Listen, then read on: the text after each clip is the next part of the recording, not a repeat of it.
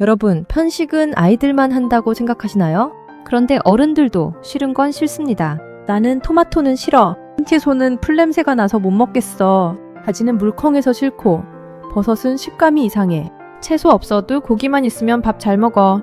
혹시 여러분도 이런 음식 하나쯤 있으신가요? 사실 저도 싫어하는 음식은 굳이 손이 가지 않습니다. 어른이 됐다고 입맛까지 갑자기 어른스러워지는 것은 아니니까요. 그런데 이상하지 않으세요?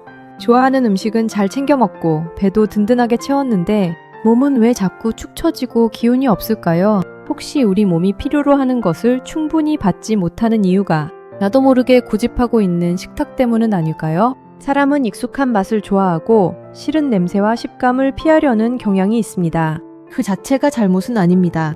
하지만 좋아하는 음식만 반복해서 고르면 식탁의 색깔도 좁아지고 몸으로 들어오는 영양의 종류도 함께 줄어듭니다. 오늘은 단순히 채소를 많이 드세요 라는 이야기를 하려는 것이 아닙니다. 우리가 식물을 먹는다는 것이 어떤 의미인지, 그리고 왜 몸은 한 가지 색만으로 기운을 차리지 못하는지 이야기해 보겠습니다. 우리는 햇빛을 쬐을 수는 있지만 햇빛을 밥처럼 씹어 먹을 수는 없습니다. 그 일을 대신해 주는 것이 식물입니다. 식물은 잎의 엽록소로 햇빛을 받아들입니다.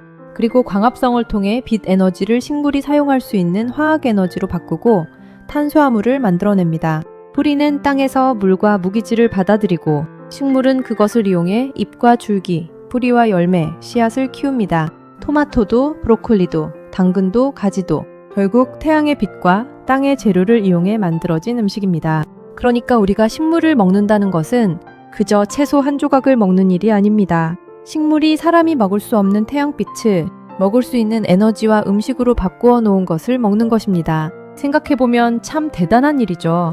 오늘 아침에 먹은 밥 한 숟가락도, 점심에 먹은 콩 한 알도, 저녁에 먹은 채소 한 조각도 태양에서 시작된 긴 과정을 지나 우리 식탁에 도착한 것입니다. 그런데 궁금하지 않으세요?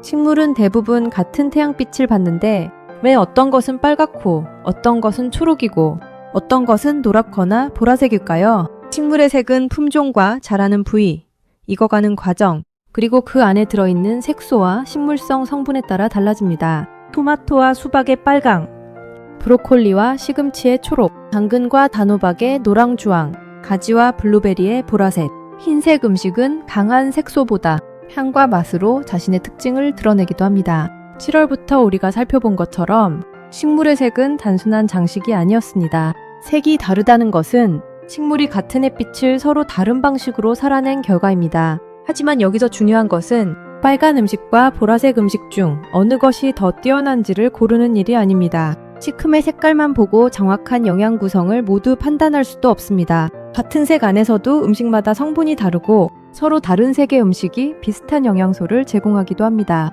그래서 컬러푸드는 색깔별 효능을 외우는 공부가 아니라 늘 먹던 몇 가지 음식에서 벗어나 식사의 다양성을 넓히는 기준으로 보는 것이 더 정확합니다. 세계보건기구도 건강한 식사의 중요한 원칙으로 채소, 과일, 콩류, 견과류, 통곡물 등을 포함한 다양한 음식을 먹는 것을 권고합니다. 여러분은 기운이 없을 때 무엇부터 찾으세요? 밥을 많이 먹으면 기운이 날 것 같고, 고기를 먹으면 힘이 생길 것 같고, 과일을 먹으면 금방 상쾌해질 것 같기도 합니다. 그런데 우리 몸은 한 가지 재료만으로 움직이지 않습니다. 밥과 잡곡, 감자와 고구마 같은 탄수화물 식품은 몸이 활동할 때 사용하는 중요한 에너지원입니다. 콩과 두부, 달걀, 생선과 고기 같은 단백질 식품은 근육과 여러 신체 조직을 유지하는 재료를 제공합니다. 채소와 과일은 식이섬유와 비타민, 미네랄, 다양한 식물성 성분을 식사에 더해줍니다. 미국의 식사 지침인 마이플레이트도 채소, 과일, 곡류, 단백질 식품 등 서로 다른 식품군을 함께 구성하도록 안내합니다. 그렇다면 채소만 한가득 먹으면 완벽한 식사가 될까요? 그것도 아닙니다. 반대로 고기와 밥만 든든하게 먹으면 충분할까요? 그 식사에는 채소와 과일이 제공하는 식이섬유와 여러 미량 영양소가 부족할 수 있습니다.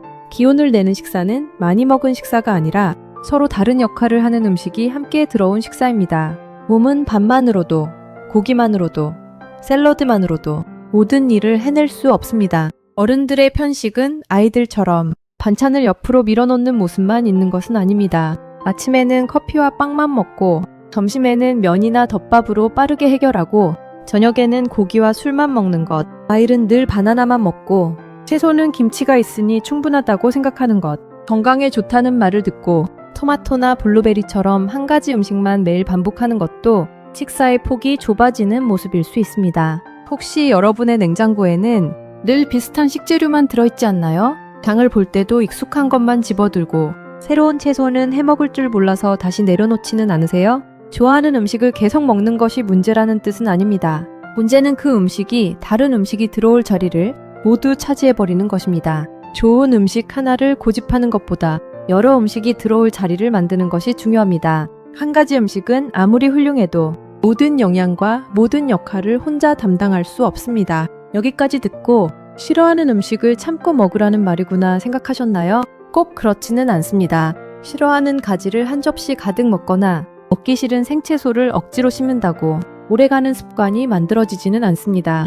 편식을 줄이는 첫걸음은 싫어하는 음식을 정복하는 것이 아니라 식탁의 폭을 아주 조금씩 넓히는 것입니다. 토마토가 싫다면 빨간 파프리카나 수박을 선택할 수 있고, 브로콜리가 싫다면 시금치나 청경채를 먹을 수 있습니다. 가지가 싫다면 블루베리나 검은 콩으로 다른 보라 검정 식품을 만날 수도 있습니다. 중요한 것은 특정 음식을 반드시 먹는 것이 아니라 비슷한 역할을 할 수 있는 다른 식품을 찾는 것입니다.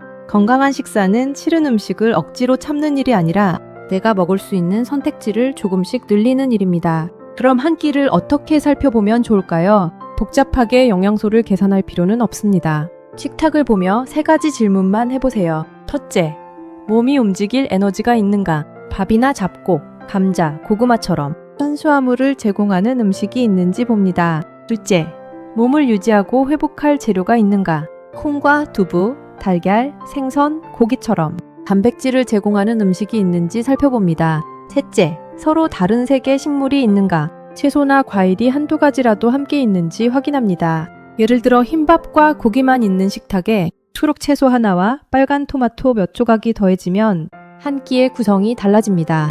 그렇다고 매 끼니마다 5가지 색을 완벽하게 채우려고 애쓸 필요는 없습니다. 한 끼에는 2-3가지 색, 하루 전체로 여러 색, 일주일 동안 다양한 식품을 만나는 정도면 충분히 현실적인 시작입니다.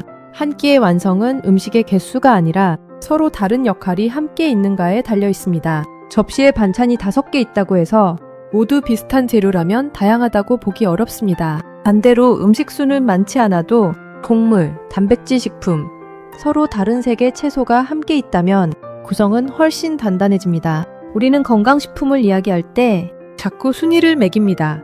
토마토가 더 좋을까요? 브로콜리가 더 좋을까요? 블루베리가 좋을까요? 검은 콩이 좋을까요? 혹시 여러분도 새로운 건강 정보를 볼 때마다 그래서 제일 좋은 음식이 뭔데 하고 찾지는 않으세요?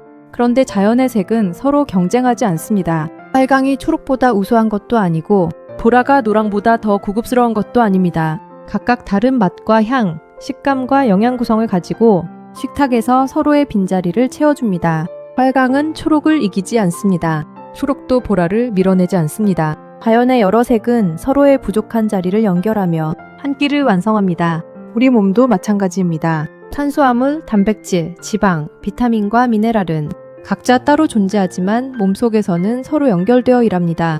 에너지를 만들고 그 에너지를 사용하고 몸을 유지하고 회복하는 과정은 한 가지 영양소만으로 이루어지지 않습니다. 자연은 경쟁으로 한 끼를 만들지 않습니다. 서로 다른 역할이 연결될 때 생명의 식탁이 완성됩니다. 이번 영상에서 한 문장만 기억하신다면 바로 이 문장을 기억해 주세요.